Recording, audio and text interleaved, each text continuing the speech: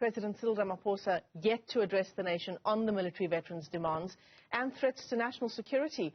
But there are already calls for an official inquiry. Former Intelligence Minister Ronnie Kasrils is one of the people calling for that inquiry. He joins us now to elaborate more on his opinions and his analysis of what unfolded. Mr. Kasrils, thanks very much indeed for your time on the AM report today. Thandi Modise, the Defence Minister, in her response to what unfolded last week, that so-called hostage situation, she says, actually, it doesn't show a failing on the part of the security apparatus of the state, but actually what it shows is that South Africa is not a security state, that ministers themselves feel safe enough to gather with ordinary citizens, and in this case with military veterans. What's your take on it? Well, I don't actually think that's the central issue, and we'll see what happens in relation to the legal aspects, the court case. It seems a very muddled situation. If she says that she wasn't under threat, then we'll see about that in relation to the court proceedings. But the very fact that there was an extremely uncomfortable situation which led to the arrest of over 50 people, as you've reported, does point to endangerment.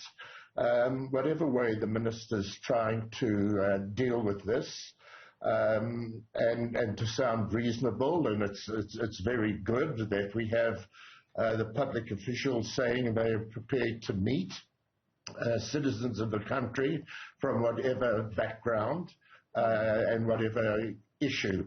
However, it is of concern because state security for government officials is extremely pertinent to the country, and we've seen a great deal of anarchism. We mentioned the July mayhem, of course.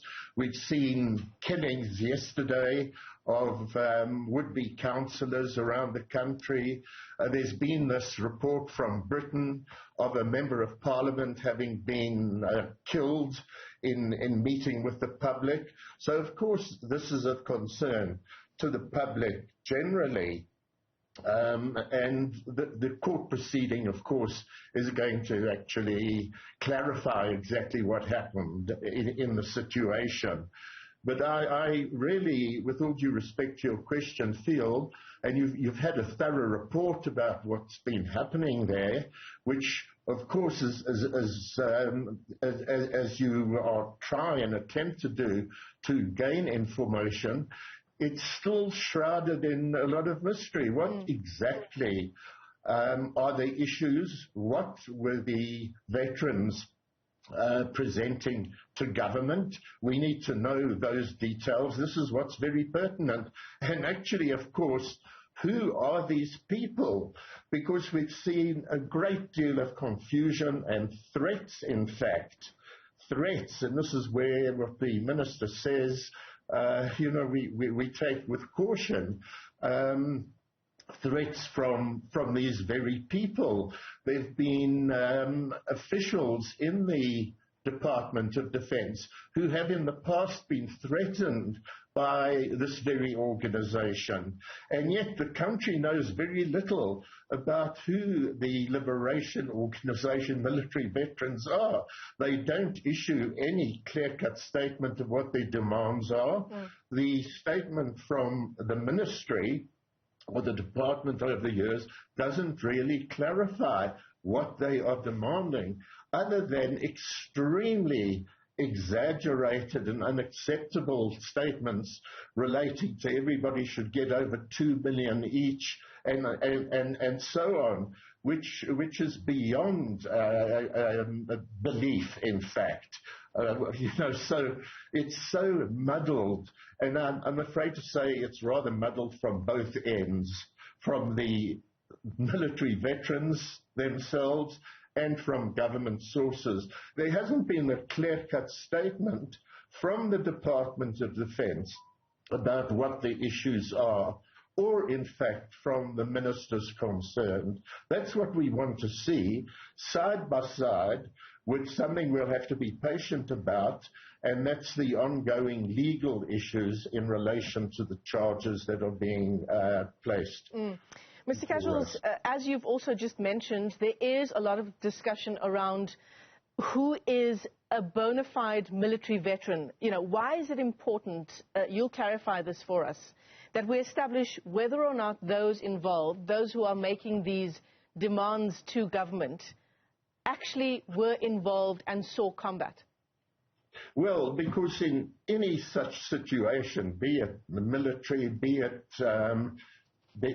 in culture, and we've seen issues relating to artists in a sit-in at the minister's offices. So, of course, it hasn't only been the military, but military is always that much more dangerous and potent.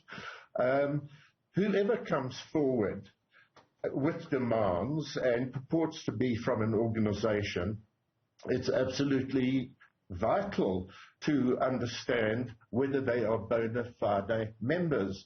And if we look at our history, we'll see that from 1994, when the integration of various forces took place to constitute the new, under democratic terms, South African National Defence Force, a comprehensive personnel register was drawn up by the department post-1994.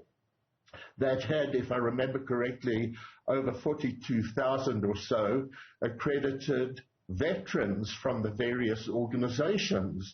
And it's a register like that is the basis for who actually qualifies.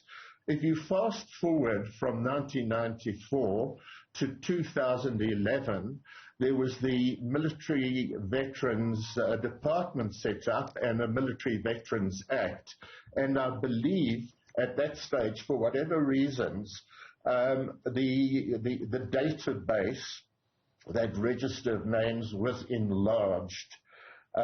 It seems to be a movable feast that increasingly, as pressure arises, more people are allowed to be placed on that register. That's the government has to show this, the Department of Defense, whether they have indeed added names, because that shouldn't be the case. And before you sit down to assess the demands of each and every individual, whether they are bona fide, you must make sure they are on that register. And, you know, we just don't see that over these past years with increasing threats that have arisen from people purporting to be military veterans. And when we see them, they certainly don't look as though they should be in their mid-40s at least, which would have meant that by 1992, when the ceasefire had actually taken place in 1990 by the main constituent, which was the MK, that in fact, what age are we looking at? Everybody has been making comments over the actions of so-called MK Military Veterans Association and how young they are, and they certainly would be the main constituent of this newly stated liberation struggle veterans. So something strange is occurring there, which is why I say it's incumbent on the department to specify for us, the public, who are concerned about this issue, naturally so, who exactly they are they bona fide? That's the key issue to settling the problem. I'm not against the question of military veterans coming forth. There are relations for that with the department, just as there are with the trade union, although they are an association. But if they have problems about funding, about their pensions and housing and education for their kids, that's the area that must be, where it must be discussed. And I am given to understand by people who have who are in the department or who have left it because of threats to their life in the past from these very same people, that this is where the issues, the demands need to be clarified. And if there's a breakdown there, the Department of Defense must make it very clear to us, the public, so that you, the media, don't have to go rushing around and trying to find out exactly who they are, what their demands are, what actually transpired the other day. You're doing a good job. If it wasn't for you, we wouldn't be so aware of this issue. Yeah, absolutely. Ronnie Kasrils, let me thank you for your time this morning.